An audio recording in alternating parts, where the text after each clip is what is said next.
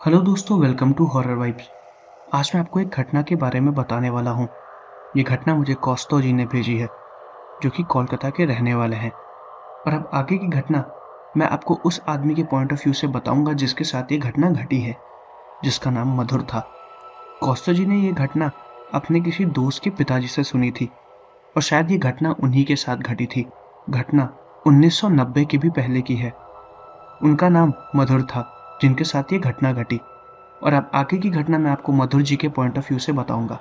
लेकिन घटना शुरू करने से पहले मैं आपको ये बताना चाहता हूँ कि अगर आप चैनल पर नए हैं और आपको हॉरर स्टोरीज और मिस्टीरियस स्टोरीज सुनना पसंद है, तो आप हॉरर वेब्स को सब्सक्राइब कर सकते हैं। और अगर आपके साथ भी कोई अजीब सी घटना घटी हो, तो वो सारी घटनाएं आप मुझे मेरे इंस्टाग्राम पर भेज सकते हैं। मैं अपने इंस्टाग्राम का लिंक वीडियो के डिस्क्रिप्शन में दे दूंगा। साथ ही वीडियो पसंद आए तो चैनल को सब्सक्राइब करना मत भूलिएगा। वीडियो को लाइक ज़रूर करिएगा। मुझे कमेंट करके ये बताइएगा कि आपको वीडियो कैसी लगी और मैं अगली वीडियो किस टॉपिक पर बनाऊं। तो ज़्यादा टाइम ना लेते हैं, वीडियो को करते हैं शुरू और खो जाते हैं अंधेरों में। मेरा नाम मधुर है। उन दिनों मुझे नौकरी की बहुत ज़्यादा ज़रूरत थी। मेरी उम्र 27 साल की हो गई थी। घर में बूढ़े माँ बाप थे। एक बहन थी जिसकी शादी हो गई थी, और अब उन बूढ़े माँ बाप की जिम्मेदारी मेरे ही ऊपर आई थी। कहीं भी नौकरी नहीं मिल रही थी, इसलिए मैंने किसी तरह एक सिक्योरिटी गार्ड एजेंसी को ज्वाइन कर लिया था। वो अलग अलग जगह गार्ड के लिए हमें भेजा करती थी, एक एक दो दो दिन के लिए। कभी किसी अमीर घर में गार्ड का काम करना होता था, तो कभी किसी पार्क की रखवाली करनी होती थी, तो कभी किसी हॉस्पिटल की रखवाली। ऐसे ही हमें एक हॉस्पिटल की रखवाली करने को मिला था। मैं था और मेरे साथ मेरा एक दोस्त मोहन। मोहन की तबीयत उन दिनों काफ़ी ज़्यादा खराब थी। मैंने मोहन से बोला था कि उसकी जगह मैं ड्यूटी कर लूँगा, और मैं सीनियर को ये भी नहीं बताऊँगा कि मोहन ड्यूटी पर नहीं आया था। उन दिनों हमें एक हॉस्पिटल की रखवाली करनी थी। दरअसल वो हॉस्पिटल बहुत ही ज़्यादा पुराना था। उसमें कुछ सामान पड़े हुए थे जो कि काफ़ी ज़्यादा कीमती थे। उस हॉस्पिटल के सारे सामान को एक जगह से दूसरी तरफ ट्रांसफ़र किया जाना था। लोहे का काफ़ी ज़्यादा सामान था। वो सामान चोरी ना हो जाए, इसलिए मेरी वहाँ पर गार्ड की ड्यूटी लगी थी। वो हॉस्पिटल काफ़ी ज़्यादा जर्जर हो गया था। उसको तोड़ने के लिए सरकार ने आदेश दे दिया था, और कुछ ही दूरी पर एक नया अस्पताल भी बनाया गया था। उस पुराने अस्पताल की जो भी ज़रूरी चीज़ें थी, वो नए अस्पताल में धीरे धीरे ट्रांसफ़र करी जा रही थी, जिसमें लोहे के व्हीलचेयर्स, स्ट्रेचर्स और कई ऐसे उपकरण थे जो कि वहाँ पर ट्रांसफ़र किए जा रहे थे। मुझे उन्हीं की रखवाली करनी थी, और उसके मेन ताले की चाबी मेरे ही पास थी। उस खिड़की के कांच को कई बार लोगों ने तोड़ दिया था। कई शराबी, नशा करने वाले लोग उस हॉस्पिटल के अंदर पीछे के रास्ते से घुस जाते थे और वहां पर लोहा चुरा के बेच दिया करते थे। और कई लोग तो वहां पर जाके नशा भी किया करते थे। इसलिए हम लोगों की वहां पर ड्यूटी लगी, ताकि हम लोग उन सब चीज़ों को उन लोगों से बचा सके। उस रात में ड्यूटी करने के लिए वहां पर पहुंच गया था। बारिश काफ़ी ज़्यादा ज़ोरों से हो रही थी। हॉस्पिटल के कुछ कमरों में लाइट जल रही थी, क्योंकि वहां पर रोशनी का होना ज़रूरी था, जिसकी रोशनी मुझे बाहर से साफ साफ दिखाई दे रही थी। उस हॉस्पिटल में काम करने वाले कुछ कर्मचारी भी थे, जो कि वहां पर रात में रुके हुए थे। लेकिन मुझे ये नहीं पता था कि वो कर्मचारी उस दिन वहां पर नहीं थे। वो लोग किसी काम से बाहर गए हुए थे। उस पूरे हॉस्पिटल की जिम्मेदारी उस रात पे सिर्फ मेरी ही थी। मैं ही अकेले वहां पर था। वो हॉस्पिटल ज़्यादा बड़ा तो नहीं था, लेकिन वो 2 फ्लोर का बना हुआ था, और जहाँ तक मैं गलत नहीं हूँ, उसका एरिया 5 या 6 हज़ार स्क्वायर फीट में था। इसलिए मैं वहाँ पे एक रूम पर जाके बैठा हुआ था। उस रूम से मुझे हॉस्पिटल के चारों कोने साफ साफ दिखाई दे रहे थे। अंदर आने के लिए 3 रास्ते थे। तीनों के चैनल के गेट पे ताला लगा हुआ था, और मैं वहीं पर उसकी रखवाली कर रहा था। मुझे ये बात बाद में पता चली थी कि हॉस्पिटल के वो कमरे जिनमें लाइट जल रही है, उसमें कोई भी नहीं था, क्योंकि हॉस्पिटल के मेन दरवाजे में बैठने से पहले मैं पूरे हॉस्पिटल में एक राउंड लगा लिया करता था, और अच्छे से ये भी देखा करता था कि सारे चैनल और सारे दरवाजे लॉक है या नहीं। जब मैं वहां पर बैठा था, तो उस वक्त करीबन रात के 1 या 1:30 बज रहे थे। उस हॉस्पिटल में मेरा वो दूसरा दिन था। पहले दिन सब कुछ एकदम ठीक था। मैं अपने मित्र के साथ ही उस दिन वहां पर था। अगले दिन रात में करीबन 1:30 बजे मुझे एक बिल्ली दिखाई दी। वो बिल्ली मुझे बैठ के देख रही थी। मैं रिसेप्शन के जस्ट सामने एक कुर्सी लगाकर बैठा हुआ था और वो किसी तरह रिसेप्शन के ऊपर आके बैठ गई। मैं उसे हटाने की कोशिश कर रहा था, लेकिन वो नहीं भाग रही थी। मैंने किसी तरह दोबारा कुर्सी से उठ के अपने हाथ में पकड़े हुए डंडे से उसे भगा के डराने का इशारा किया और उसके बाद वो अंदर आईसीयू की तरफ चली गई। आईसीयू जो कि रिसेप्शन से जस्ट सामने ही था। वो उसके अंदर जाने के बाद गायब हो गई और फिर अचानक से अंदर कुछ गिरने की आवाज आई। कोई लोहे का सामान था जो कि काफी ज्यादा जोर से गिरा था। उसके गिरने की आवाज से इतना तो पता चल गया था कि वो कोई भारी लोहे का सामान है और उस बिल्ली के इतने छोटे होने की वजह से और इतने कम वजन होने की वजह से इतना भारी सामान नीचे बिल्कुल भी नहीं गिर सकता था। मैंने तुरंत चैनल खोला और आईसीयू रूम के अंदर गया। आईसीयू रूम पूरा अंधेरे में डूबा हुआ था और जो लोहे की चीज गिरी थी वो एक प्लेट था जिसमें ढेर सारे ऑपरेशन के सामान और सर्जिकल ब्लेड्स रखे हुए थे।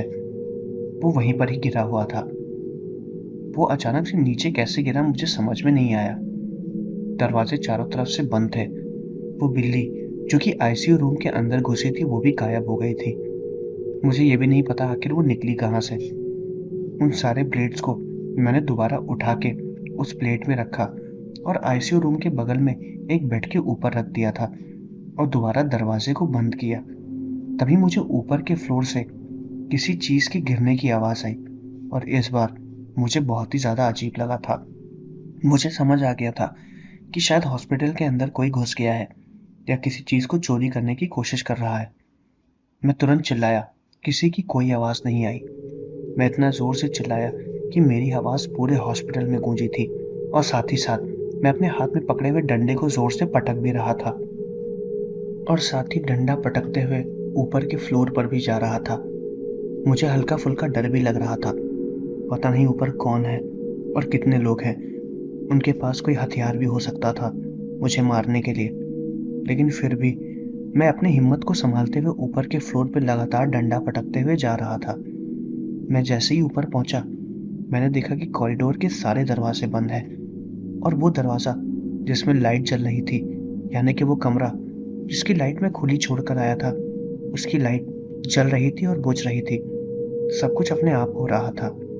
वो कमरा कौन सा था मुझे बिल्कुल भी नहीं पता। मैं कभी उसके अंदर भी नहीं गया था, लेकिन जब मैं उस कमरे के पास गया तो वो कमरा था जहाँ पर लोगों की लाशें रखी जाती थी। एक तरह से वो एक पोस्टमार्टम रूम भी था।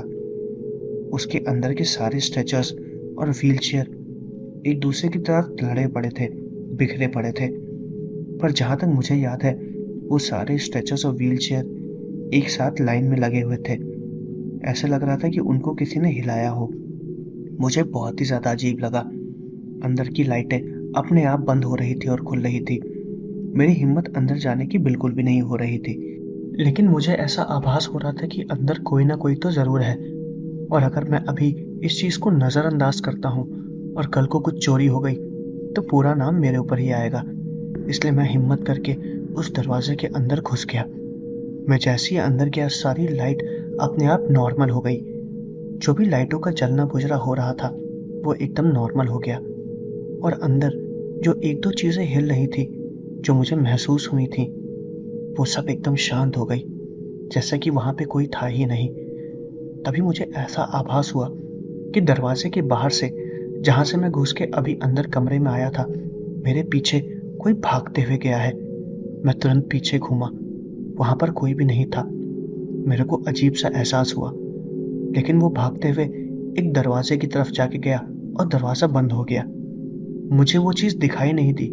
वो कौन था मुझे कुछ भी नहीं पता चला, लेकिन वो एहसास जिसने मुझे ये सोचने पे मजबूर कर दिया कि कोई मेरे पीछे से भागते हुए गया था और दरवाजे के वो खुल के बंद होना, इसे साफ साफ पता चल गया था कि यहाँ पर कोई ना कोई तो जरूर है।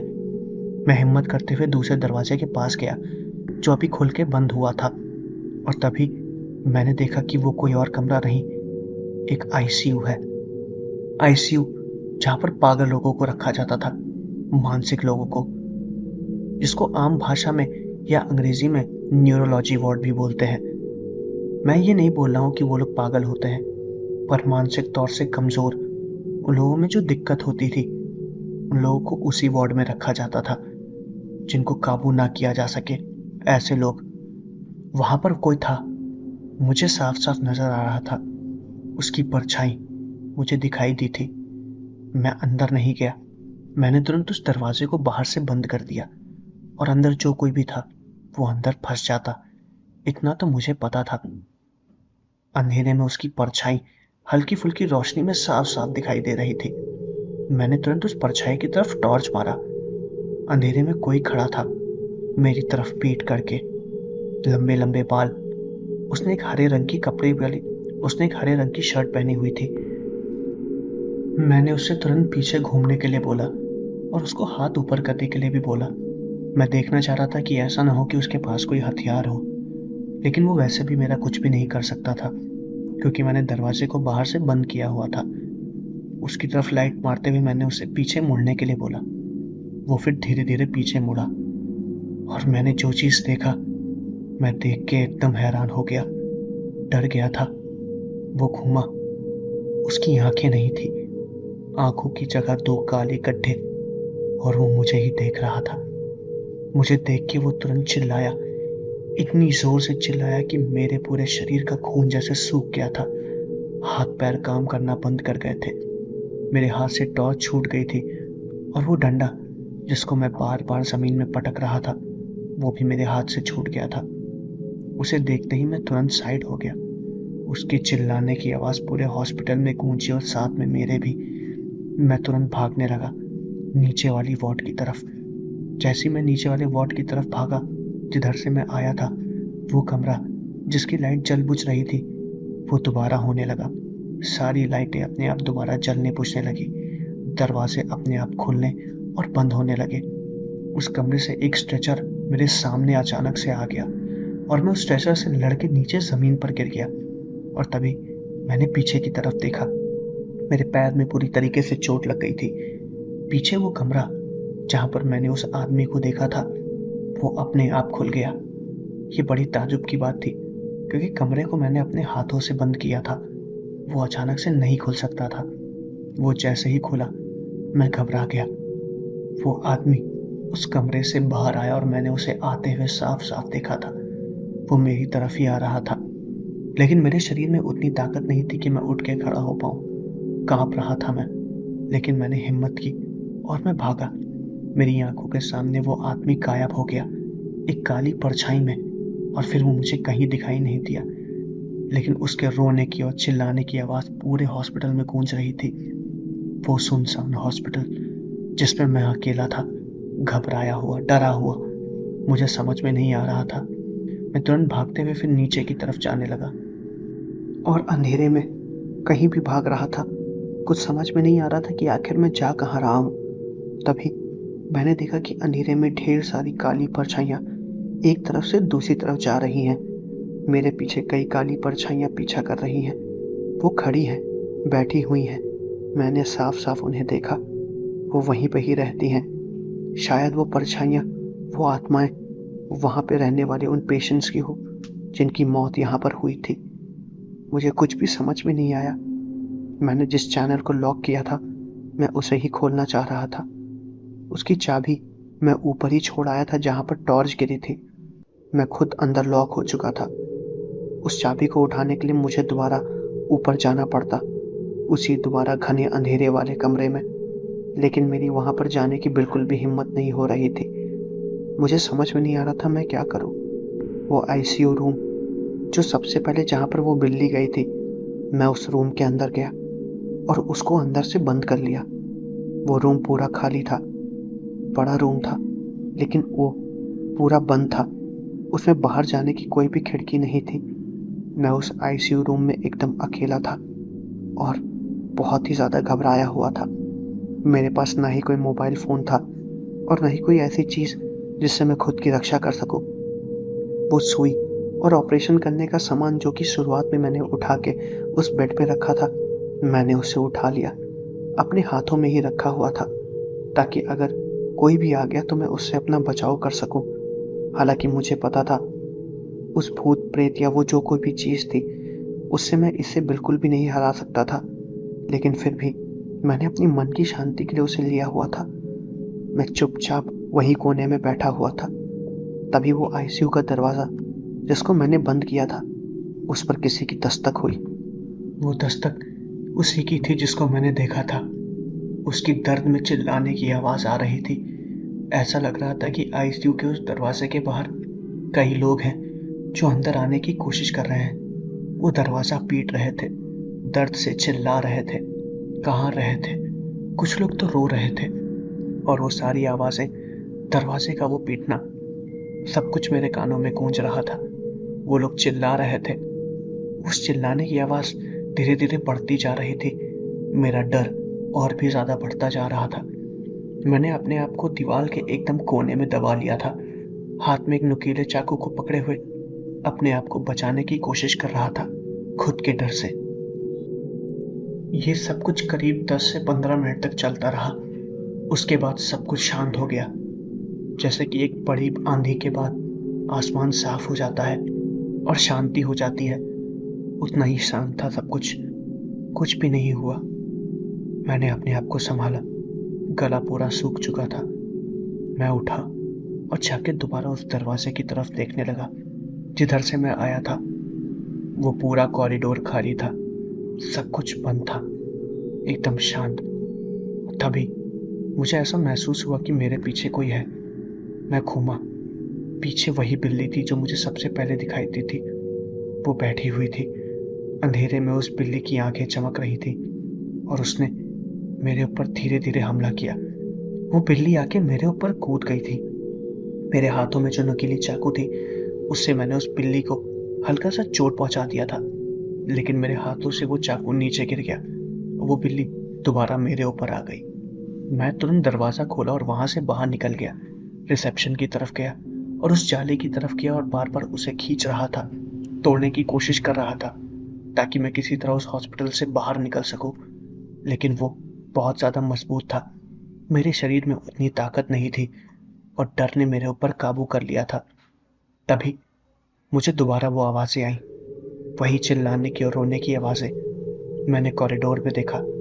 वो एक लंबा शांत काला अंधेरे में डूबा हुआ कॉरिडोर, जिसके एक कोने में घना काला अंधेरा और दूसरे कोने में मैं अंधेरे में उसी की तरफ देख रहा था और वो आवाज़ें उसी अंधेरे में से आ रही थी। और मुझे ऐसा महसूस हो रहा था कि उस अंधेरे में से निकलते हुए कोई आ रहा है। वो कोई एक आदमी नहीं, एक से ज्यादा लोग हैं, भागते हुए मेरे ही तरफ आ रहे थे, चिल्लाते हुए, दर्द में, गुस्से में। जैसे लग रहा था कि वो मुझे मार देंगे। मैं काफी देर तक वहीं पर ही खड़ा था। वो आवाजें भी आ रही थी, दौड़ने भागने की चीजें भी सुनाई दे रही थी, लेकिन उस घने गले अंधेरे में से कोई भी निकल के बाहर नहीं आ रहा था। वो डर, वो खौफ धीरे धीरे और बढ़ता जा रहा था। मैं चिल्लाता जा रहा था और तभी अंधेरे में मेरी टॉर्च बाहर आके गिरी और मेरा डंडा भी, जिसको मैं शुरुआत में लेके पटक रहा था। वो टॉर्च और वो डंडा दोनों मेरे सामने अंधेरे में से आके गिरे। मैंने उन्हें उठाया और फिर किसी तरह अंधेरे में उस टॉर्च को जला के देखा। कुछ भी नहीं था। वो पूरा कॉरिडोर एकदम शांत था, जैसे कि वहां पर कभी कुछ हुआ ही नहीं। अब मेरा गला पूरा सूख चुका था, शरीर में बिल्कुल भी ताकत नहीं बची थी। डर की वजह से पागल हो चुका था मैं चुपचाप वहीं पर बैठा हुआ था। मैंने ये सोच लिया था कि अब जो भी होना हो जाए, मुझे अब फर्क नहीं पड़ता। इतनी देर में तो शायद मैं मर भी जाता, लेकिन अभी तक मैंने खुद को संभाला हुआ था, आगे भी संभालूंगा। फिर अंधेरे में से वो आवाज़ें, वो चीखें लगातार सुनाई दे रही थी, लेकिन उस अंधेरे में से कोई भी नहीं आया। मैं पूरी रात वहीं पर ही बैठा था। धीरे धीरे सुबह हुई और वो आवाज़ें आना बंद हो गई। सूरज की किरणें उस लोहे की जाली से होते हुए रिसेप्शन के सामने आके गिरी और फिर अस्पताल में थोड़ी थोड़ी रोशनी होने लगी। और फिर मैंने खुद को संभाला। मैं उठा और हिम्मत करते हुए उसी ऊपर के फ्लोर पर जाने लगा जहां पर मैंने उस आदमी को देखा था। वहीं पर ही चाबी पड़ी हुई थी। मैं चाबी उठा के लाया। कॉरिडोर अभी भी अंधेरे में ही डूबा हुआ था, क्योंकि रोशनी वहां पर उतनी नहीं थी, लेकिन वहां पर ऐसा कुछ भी नहीं हुआ। अब सब कुछ एकदम शांत था। चाबी उठा के लाने के बाद मैंने मेन चैनल को खोला और फिर मैं बाहर आया। मैं बाहर आके हॉस्पिटल के सामने बैठ गया, डरा सहमा घबराया हुआ। मुझे ये भी नहीं पता चला कि कब सुबह हो गई थी। पिछली रात मेरे साथ जो कुछ भी बीता, मुझे बस एक अजीब सा सपना लग रहा था। पर वो सपना नहीं, एक हकीकत थी, एक सच था। एक ऐसा सच जो अगर मैं किसी को भी बताऊं तो लोग मुझे पागल कहेंगे। यही कहेंगे कि मैं जो कुछ भी बता रहा हूं ये बस मेरा वहम है, पर यह सच था। कुछ देर बाद सुबह दिन में काम करने वाले कर्मचारी आ गए उस हॉस्पिटल को खाली करने के लिए, बचा हुआ सामान वहां से ले जाने के लिए। मुझसे पूछा भी लोगों ने कि क्या हुआ। मैंने उन्हें कुछ भी नहीं बताया, चाबी वहीं पर फेंकी और वहां से चला गया। घबराया हुआ था। मैं अपने घर गया और अपने घर वालों को सारी बातें बताई। इतना डरा हुआ था कि सारी बातें कांपते हुए बता रहा था। वो दृश्य मेरी आंखों के सामने बार बार गूंज रहा था। कई दिनों तक रात में सो भी नहीं पाया मैं। मुझे ऐसा लग रहा था कि अंधेरे में से फिर से वही आवाजें, वही लोग मेरे सामने आ जाएंगे और मुझे अपने साथ लेकर चले जाएंगे। कई दिनों तक काम पे भी नहीं गया। हालत दिन पर दिन खराब होती जा रही थी। कुछ दिनों बाद जब ढंग से मेरी दवाई हुई और मैंने खाना पीना चालू किया तो मेरी हालत दोबारा ठीक हुई और मैंने दोबारा ऑफिस जाना चालू कर दिया। इसके बारे में मैंने बस कुछ ही लोगों को बताया था। उस अस्पताल में जाने के लिए मुझे कई बार दोबारा बोला गया, लेकिन मैं वहां पर नहीं गया। और कुछ दिनों बाद उस अस्पताल को तोड़ दिया गया और फिर वहां पर क्या हुआ मुझे नहीं पता। शायद अब वहां पर कोई बिल्डिंग बन गई है, लेकिन ये घटना बहुत ही ज्यादा भयानक थी। वहां पर मरे हुए लोगों की आत्माएं घूमती थी और वो अस्पताल कोई अस्पताल नहीं, एक भूतों का घर है, एक डेरा है जहां पर अभी भी भूत घूमते हैं। और ये भी हो सकता है कि उस अस्पताल की जमीन की जगह जो भी नई बिल्डिंग बनी हो वहां पर भी उन्होंने अपना डेरा जमा लिया हो।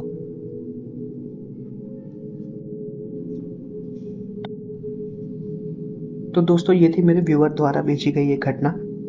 आप में से कई लोगों ने मुझे मैसेज किया कि मेरी वीडियोस काफ़ी ज़्यादा छोटी है और बहुत ज़्यादा लेट आ रही हैं। उसका रीज़न ये है कि मेरा सिस्टम जिस पे मैं काम करता हूँ उसमें कुछ इशू आ गया है, जिसकी वजह से मैं वीडियोस बनाने में थोड़ा सा डिले कर रहा हूँ। मैं कोशिश कर रहा हूँ कि ये इशू जल्दी सॉल्व हो जाए और वीडियोस फिर पहले की तरह आने लगेंगी। अगर आप लोग को वीडियो अच्छी लगी हो तो चैनल को सब्सक्राइब ज़रूर करिएगा। वीडियो को लाइक और कमेंट करके मुझे ये ज़रूर बताइएगा कि मैं अगली वीडियो किस टॉपिक पर बनाऊँ। तो मिलते हैं अगले वीडियो में।